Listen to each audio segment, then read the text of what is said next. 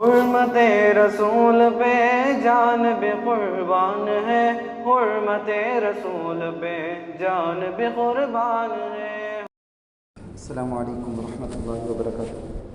ان الحمد للہ نحمده ونستعینه ونستغفره ونؤمن به ونتوکل علیہ ونعوذ باللہ من شرور انفسنا ومن سیئات اعمالنا، اما بعد فاعوذ باللہ من الشیطان الرجیم، بسم اللہ الرحمن الرحیم۔ فقلت استغفروا ربکم انه کان غفارا یرسل السماء علیکم مدرارا وَيُمْدِدُكُمْ بِأَمْوَالٍ وَبَنِينَ وَيَجْعَلْ لَكُمْ جَنَّاتٍ وَيَجْعَلْ لَكُمْ أَنْهَارًا۔ صدق اللہ العلی العظیم۔ وعن عائشة رضی اللہ تعالی عنہا قالت قال رسول اللہ صلی اللہ علیہ وسلم ان اللہ تعالی لینزل الى السماء الدنیا فی لیلۃ من نصف شعبان فیغفر لأکثر من شعر غنم الکلب او کما قال علیہ الصلاۃ والتسلیم۔ قابل احترام بزرگ اور عزیز نوجوان دوستو، آج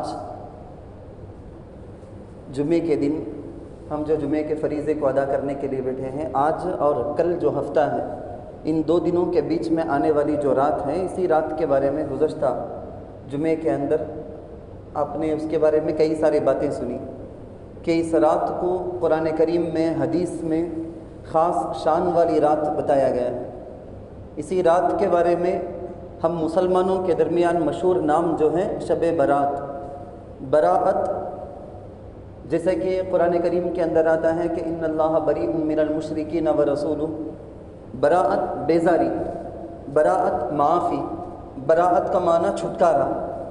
اس رات کو ذریعہ بنا کر لوگوں میں کی ایک بڑی جماعت اپنے آپ کو جہنم سے بچا لے سکتی ہے، جہنم سے اپنا چھٹکارا حاصل کر سکتی ہے۔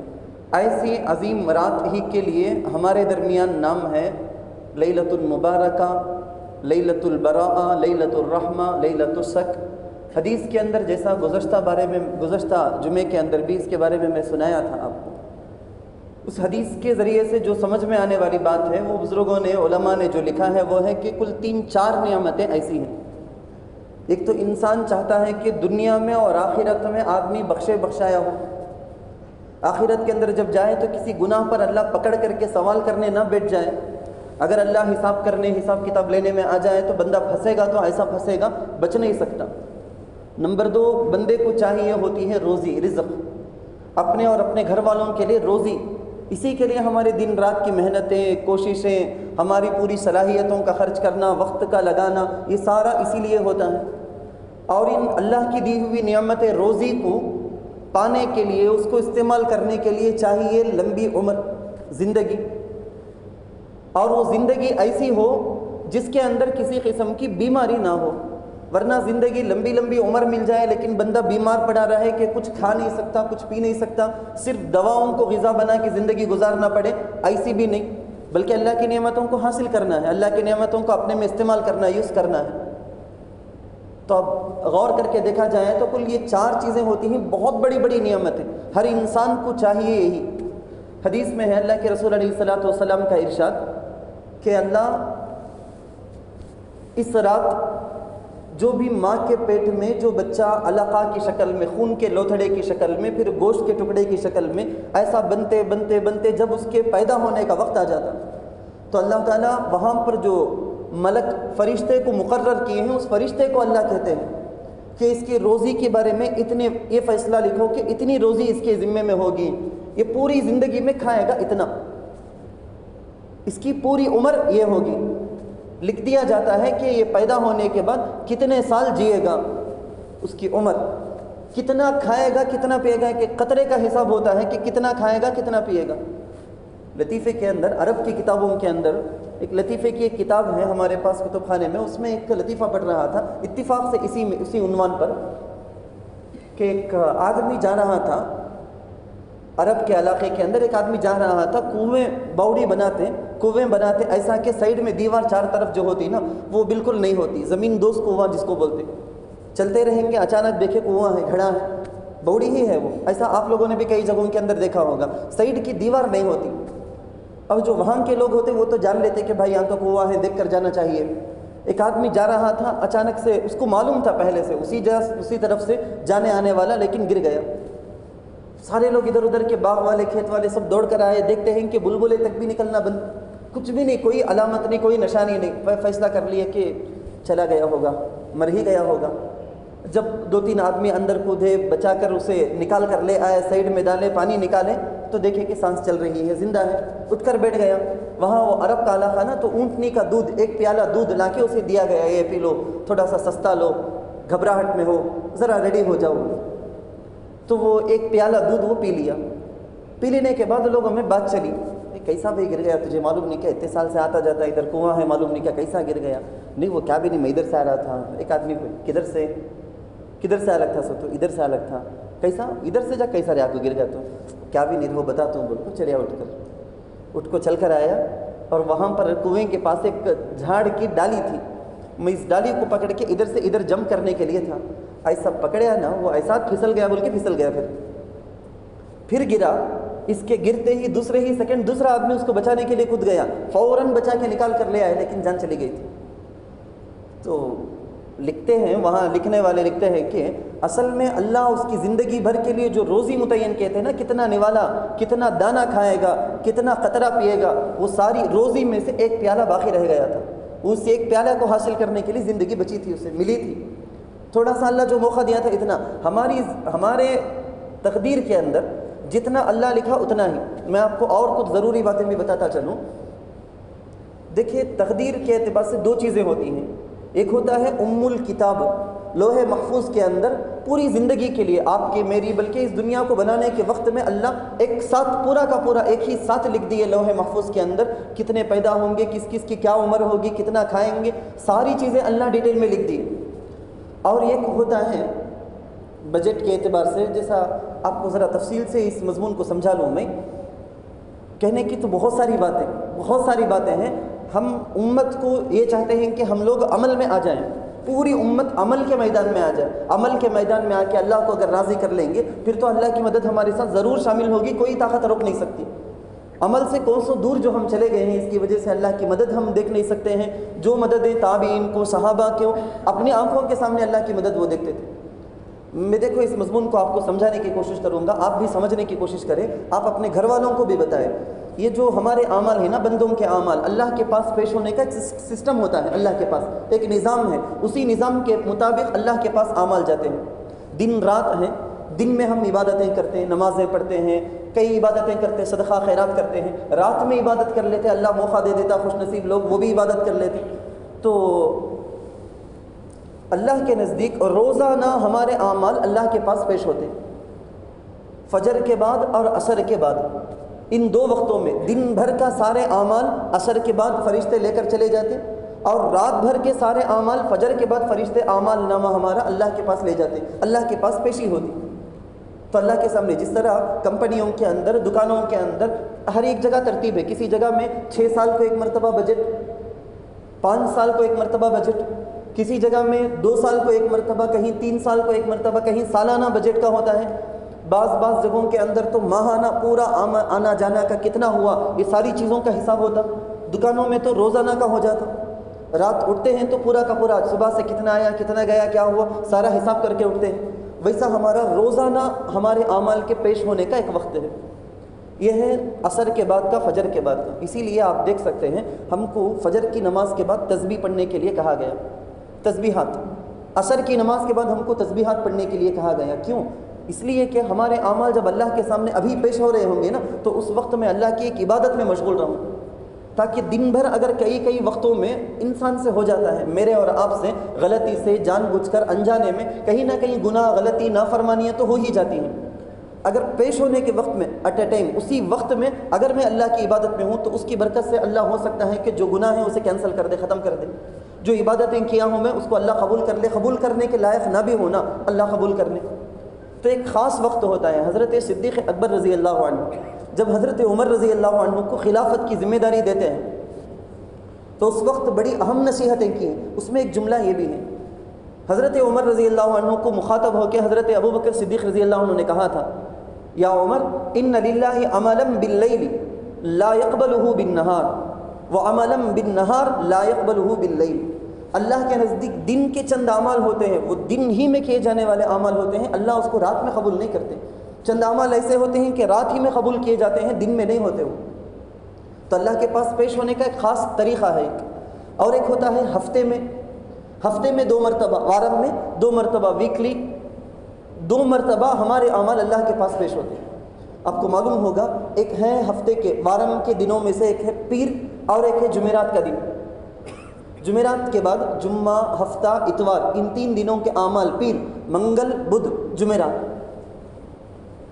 آپ کو یہ بھی معلوم ہوگا بہت سے نیک لوگ ہفتے میں 2 دن روزہ رکھتے ہیں۔ اللہ کے رسول علیہ الصلوۃ والسلام کی تعلیم ہے، خود رسول کریم صلی اللہ علیہ وسلم کا اپنا معمول تھا، بے شمار صحابہ تابعین کا اپنا معمول تھا، پیر جمعرات کو روزہ رکھتے۔ کیوں؟ کیونکہ یہ پیر کا دن اور جمعرات کا دن ہمارے ہفتے کے اعمال پیش ہونے کے دن۔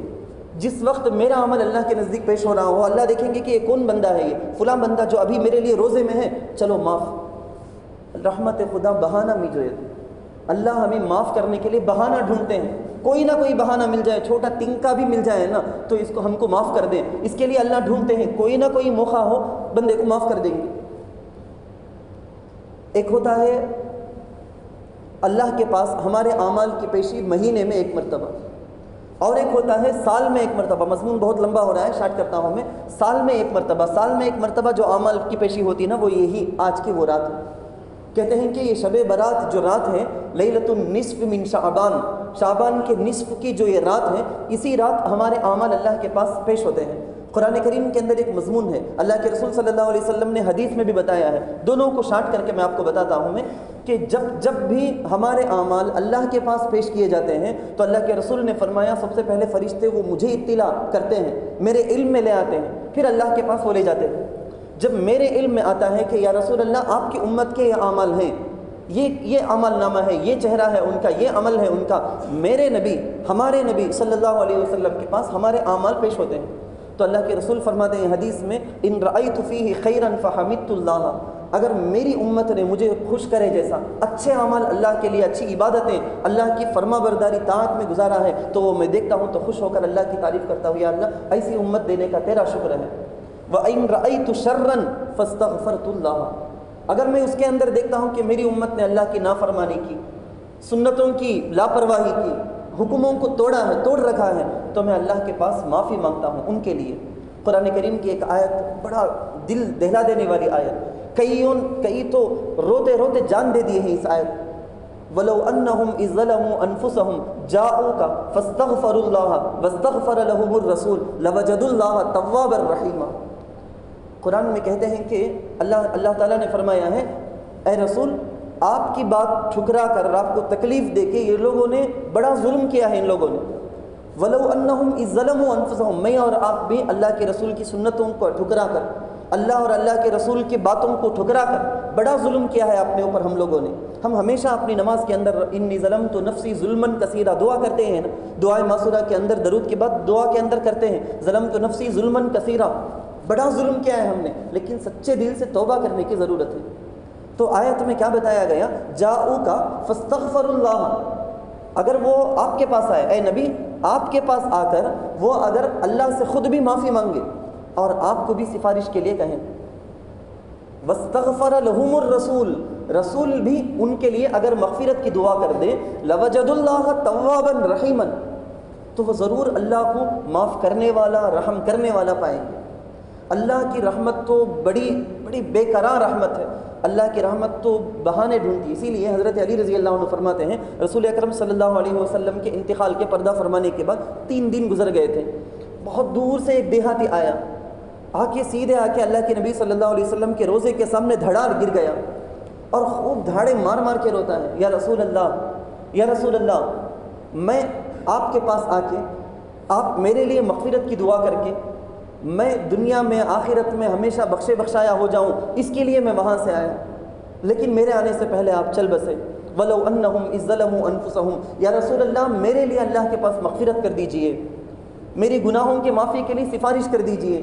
دھاڑے مار کے روتا ہے۔ حضرت علی رضی اللہ عنہ فرماتے ہیں کہ وہاں جو موجود لوگ تھے وہ لوگ بتا رہے ہیں کہ قبر رسول سے، روضہ رسول سے وہاں سے آواز آئی قد غفر لک، تیری مغفرت ہو گئی۔ میرے عزیز دوستوں، مجھے بولنا یہ ہے کہ میں گزشتہ ہفتہ بھی بتایا کہ شعبان کے مہینے کو اللہ کے رسول صلی اللہ علیہ وسلم نے فرمایا کہ شعبان و شہری، میرا مہینہ ہے۔ تو اس مہینے کے اندر چونکہ اعمال نامہ بھی اللہ کے پاس پیش کیے جانے والا مہینہ ہے، اس مہینے میں ہم کو کثرت سے اللہ کے رسول صلی اللہ علیہ وسلم پر درود اور استغفار۔ آج کی رات تو اللہ آتے ہیں آسمانی دنیا میں، سب سے پہلا اعلان یہی کرتے ہیں کہ حل من مستغفر فاغفر له، کوئی ہے مجھ سے معافی چاہنے والا؟ معافی چاہنا تو ہم میں سے ہر ایک پر فرض ہے، کیونکہ اتنا سارا گناہ کر کے رکھے ہیں اور معافی چاہنے کا طریقہ بھی نہیں معلوم ہو، طریقہ بھی نہیں معلوم، بہت گناہ کر کے رکھے ہیں۔ تو قرآن سب سے پہلے حدیث کے اندر آیا ہے کہ پہلا جو اعلان ہوتا ہے وہی استغفار ہی کے بارے میں، مغفرت ہی کے بارے میں۔ آپ کو بتاؤں اسی کے بارے میں، انبیاء جن سے گناہ نہیں ہوتا ان سے مغفرت کے کلمات قرآن کریم کے اندر سکھائے گئے، بالکل سرنڈر کا طریقہ۔ انی ظلمت نفسی ظلما کثیرا ربنا ظلمنا انفسنا وان لم تغفر لنا وترحمنا لنکونن من الخاسرین۔ تو اگر معاف نہیں کرے گا نا اللہ تو ہم خسارے میں، ٹوٹے بالکل خسارے میں ہو جائیں گے۔ معافی کا طریقہ سکھلایا گیا۔ میں آپ کو 2-3 بات بتا کے اسی مضمون کو سمجھاؤں۔ دیکھیں، اللہ تو معاف کرنا ہی چاہتے ہیں۔ حدیث کے اندر ایک واقعہ آتا ہے، ان اللہ تعالیٰ اپنے ہاتھ کو دن میں پھیلاتے تاکہ رات میں جو گناہ کیا وہ آ کے توبہ استغفار کر لے۔ رات میں اللہ پھیلاتے ہیں، موقع دیتے ہیں کہ جو دن میں گناہ کر لیا وہ سب ویسے سارے لوگ آئیں اور معافی چاہ لیں میرے پاس۔ اللہ تو معاف کرنے ہی کے لیے تیار ہیں۔ قیامت میں حدیث کے اندر ایک واقعہ بتایا گیا ہے، قیامت کے دن، قیامت میں جنتی جنت میں چلے جائیں گے، جہنمی جہنم میں چلے جائیں گے، پورے کا فیصلہ ہو گیا ہوگا۔ جہنم میں 2 آدمی بڑا شور و غل کر رہے ہوں گے، چیخ و پکار کرتے ہیں، بہت چیختے ہیں، چلاتے ہیں۔ فرشتوں کو بول کر اللہ بلا بھیجیں گے، دونوں کو بھی بلا کر لاؤ یہاں، دونوں کو، کیا قصہ، کیا کیوں چیختے ہیں، کیوں پکارتے ہیں؟ جب اللہ پوچھے گا تو ان میں وہ دونوں کہیں گے کہ یا اللہ اتنی تکلیف ہو رہی ہے، فلاں فلاں فلاں۔ میں مختصر کہتا ہوں، میں ان میں اللہ ان دونوں کو کہے گا کہ دیکھو تم لوگوں نے، حضرت امام غزالی رحمۃ اللہ علیہ احیاء علوم الدین اپنی کتاب کے اندر یہ واقعہ، حدیث کے اس واقعے کو ذرا تفصیل سے لکھتے ہیں۔ اس میں یہ ہے کہ اللہ ان سے کہے گا کہ ذالک بما قدمت ایدیکما، آج جو تم دونوں بھی جہنم میں سڑ رہے ہیں نا، یہ تم دنیا میں جو اپنا خراب عمل کیے تھے اسی کا نتیجہ ہے۔ یہ کوئی میری طرف سے کوئی میں تم کو جہنم میں بھیج دیا نہیں، ایسا ہی کام کر کے آئے اس لیے وہاں گئے۔ جاؤ اب جہنم میں چلے جاؤ، چہرہ نہیں دکھانا، جاؤ دونوں۔ اب یہ دونوں جائیں گے تو حدیث میں ہے کہ ایک آدمی دوسرے آدمی پر لڑتے ہوئے، جب کہیں کوئی چیز بٹ رہی ہو فری میں، تو جیسا لوگ لڑ کے آپس میں ایک دوسرے کو مارے توڑے کر کے میں حاصل کر لیا تو بس جیسا کرتے ہیں نا، ویسا ایک آدمی دوسرے آدمی کو دھکا دیتے ہوئے ڈھکلتے ہوئے بھاگ کے جا کے گر جائے گا جہنم میں۔ اللہ بولے سو بس بول کے جا کے گر جائے گا جہنم میں۔ یہ سمجھنا، دوسرا آدمی ہے نا وہ بہت آہستہ سے، حدیث میں ہے ایسا ہے کہ وہ بار بار پیچھے مڑ کے اللہ کو دیکھتا جائے گا۔ اللہ دونوں کو بلائیں گے۔ حدیث میں اللہ کے رسول کہتے ہیں بڑا رحمت خداوندی کو سمجھنے کے لیے بہت بہترین مثال یہ حدیث واقعہ، اللہ دونوں کو بلائیں گے، بلا کر پوچھیں گے کہ کیوں تم، میں تو حکم دے دیا نا تجھے جا بول کے، تو میں آسان الفاظ میں بولتا ہوں، میں بول دیا سو جانا سوچنا، بولنے کے بعد ابھی کیا پھر کو دیکھ لو تو جانا سوچنا سیدھا۔ یا اللہ تیرے بارے میں ہم سنے ہیں، جو سمجھے ہیں وہ یہ ہے کہ ایک مرتبہ تو جہنم سے نکال لیتا ہے، دوبارہ جہنم میں نہیں بھیجتا ایمان والوں کو۔ تیری رحمت کی امید رکھتے ہوئے اب اللہ بلا کے جنت بھیج دیں گے، اب اللہ بلا کے جنت بھیج دیں گے۔ جیسا بچے کو ماں یا باپ مار دیے بعد تھوڑی دیر میں بچہ انتظار میں رہتے ہیں نا، اب بلا کو آئس رکھیں گے، اب بلا کو سمجھائیں گے، روتے روتے چیختے اور رونے کی آواز ذرا بڑا کو کرنے کا کیا واسطے بولے تو امی ابا بلان دے، پھر لاڑ کریں دے، کیا بھی نہیں میرا بچہ میں ڈرا دلے کی یہ کر دلے کی بول کے ذرا معافی پوچھ لیں دے۔ تو تیری رحمت کی امید، اچھا تو میری رحمت پر اتنی امیدوار تھا، چل جا جنت میں جا، اسے جنت میں بھیج دیا جائے۔ دوسرے آدمی کو پوچھا جائے گا میں بولتے ہی کیوں راکٹ کی طرح فوراً اتنا اسپیڈ جا کے گر گیا نا، تو وہ بھی ڈھکلتے ہوئے اسے گیا نا، کیوں کیا قصہ اتنا خواہش کا تجھے؟ تو وہ بولے گا یا اللہ دنیا میں رہتے ہوئے ہی تیرے ایک حکم کو بھی نہیں مانا، آخرت یہ عمل کی جگہ نہیں، یہاں کوئی کام بولنے پر وہ کرنے سے، عبادت نہیں کرنے سے وہ گناہ ہو جائے، یہ عمل کی جگہ نہیں، یہ تو بدلے کی جگہ۔ لیکن میں چاہا کم از کم یہاں تو تیرا یہ تیری ایک بات مان لوں، زندگی بھر تو تیری ایک بات بھی نہیں مانوں، کم از کم یہاں تو مان لوں۔ اسی لیے میں تیری وہ بات کو ٹھکرانا نہیں، تیری بات پر عمل کر لینا، وہ شوق میں اتنی تیزی کے ساتھ گیا. تو اللہ بولیں گے اچھا تیری میری اطاعت کے جذبے میں تو ایسا گیا تھا، چل جا تو بھی جنت میں جا. میرے عزیز ہو، ذرا غور کر کے دیکھیں. ہمارے اکابر جو بزرگان دین ہیں نا، وہ کہتے ہیں کہ جہنم میں رہتے رہتے اچانک چیخنا پکارنا اس طرح سے کرنا بول کے ان کے دل کے اندر کون ڈالے تھے خیال؟ ان کے اندر، ان کے دماغ میں، دونوں کے دماغ میں ایک وقت آیا کیسا ہے؟ یہ اللہ ہی کی رحمت ہے، ان کا کیا بھی کمال نہیں، انہوں چیخے اس لیے آیا ایسا جنت میں چلے گئے نہیں، وہ خود بھی اللہ ہی کا فضل. تو اللہ کے فضل کے علاوہ کوئی کچھ نہیں کر سکتا. اسی لیے شیخ عبد القادر جیلانی رحمۃ اللہ علیہ پیران پیر جو ہیں، حضرت کے پاس ایک مرتبہ شیطان ایسے ہی بالکل فرشتہ اور اللہ کے جیسا ایک بالکل ابر چھا گیا تھا، وہاں سے بارش کے خطرے، وہاں سے آواز آتی ہے آئندہ کوئی عبادت کرنے کی ضرورت نہیں، شیخ عبد القادر تمہاری عبادتوں سے ہم اتنا خوش ہو گئے، اب کوئی عبادت کرنے کی ضرورت نہیں، چلو جو مرضی وہ کرتے ہوئے زندگی گزارو. اس نے کہا کہ شیطان لعین، حضرت نے کہا شیطان میں پہچان لیا تجھے. تو شیطان وہاں سے بولنے لگا یہ جو طریقہ ہے نا ابر آ جانا بالکل رحمت کے جیسا، ایسا انداز اپنا کہ کئی سووں کے بزرگوں کو، اللہ کے ولیوں کو میں نے گمراہ کیا ہے، لیکن تم یہاں بھی بچ گئے، تمہارے اپنے ذہن کی وجہ سے بچ گئے. تو وہاں شیخ عبد القادر جیلانی رحمۃ اللہ علیہ، میں میرے دماغ سے میرے ذہن سے نہیں بچا، یہ اللہ کے فضل سے میں بچا، اللہ کے فضل سے میں پہچان گیا کہ تو شیطان ہے. اللہ کا فضل، بغیر اللہ کے فضل کے کچھ نہیں ہو سکتا. ایک بزرگ حدیث کے اندر، یہ ہمارے بزرگان دین کے اندر ملفوظات کے اندر آتا ہے کہ ایک بزرگ ہیں، وہ قیامت کے دن اللہ تعالیٰ کے سامنے کھڑے ہوں گے. اللہ پوچھے گا کہ کیوں اتنا برا عمل کر کے آئے، چلو جہنم میں جاؤ. تو وہ کھڑے ہو جائیں گے، کھڑے ہو کے ایک حدیث سنائیں گے، مجھ کو فلاں نے فلاں نے فلاں کو فلاں نے فلاں کو فلاں نے. ان کو اللہ کے رسول صلی اللہ علیہ وسلم نے یہ حدیث سنائی ہے کہ ان اللہ تعالی یستحی من ذی الشیبۃ المسلم، سفید داڑھی والے مسلمان کو عذاب دینے سے اللہ شرماتا ہے. اللہ معاف کر کے بخش کے چھوڑ دیتا ہے، گناہ کر کے آئے ہیں تو بھی اللہ معاف کر کے چھوڑ دیتا ہے. یہ میں سنا ہوں. میں اب مجھے سمجھ میں نہیں آتا میرے استاد غلط بول دیے یا ان کے استاد غلط بولے یا ان کے اللہ کے رسول صلی اللہ علیہ وسلم کچھ اور بولے تھے، کچھ اور سن لیا گیا، ایسا کچھ ہوا کیا؟ تو اللہ کہے گا کہ نہیں، وہ حدیث ہے، بخاری کے اندر حدیث ہے، مگر یہ واقعہ ہے نا، یہ بزرگوں کے ملفوظات کے اندر کہتے ہیں کہ اللہ کہے گا کہ میری بات میرے رسول نے سچ کہا، فلاں کو فلاں نے فلاں کو فلاں نے، تمہارے استاد نے تم کو سچ کہا، چلو جنت میں جاؤ. اللہ کی رحمت تو بہانے ڈھونڈتی ہے، تو کسی نہ کسی طرح اللہ تو معاف کرنے ہی کے لیے تیار ہے. تو عزیزان محترم، آج کی رات کے اندر ہم کو جو کرنا ہے، نمبر 1 سچی توبہ، ڈپلیکیٹ توبہ نہیں ہے، نقلی توبہ نہیں ہے، بچوں کی طرح ٹھکانے کا کام نہیں، بلکہ سچی توبہ کرنی ہے. سچی توبہ کا مطلب یہ ہوتا ہے کہ حرام غذا، حرام لباس، حرام چیزوں کا ارادہ، حرام چیزیں ہمارے اپنے آس پاس نہ ہو. اور توبہ کرنے کے دوران ہمیں دل کے اندر یہ خیال کر لیں کہ میں فلم اب سے نہیں دیکھوں گا، توبہ کرتا ہوں، دل میں ہے کہ نہیں دیکھوں گا ہی نہ، میں گانے نہیں گاؤں گا، دل میں خیال ہے کہ نہیں وہ تو گاؤں گا ہی.